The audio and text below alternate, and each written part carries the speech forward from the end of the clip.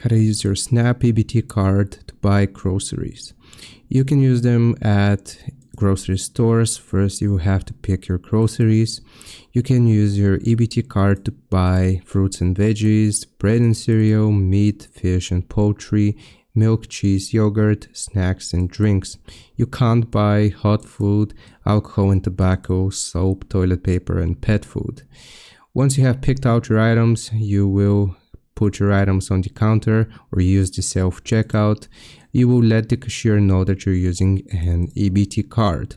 Swipe your EBT card. You want to slide it through the card reader, enter your 4-digit PIN, make sure you know it, and you will click on enter.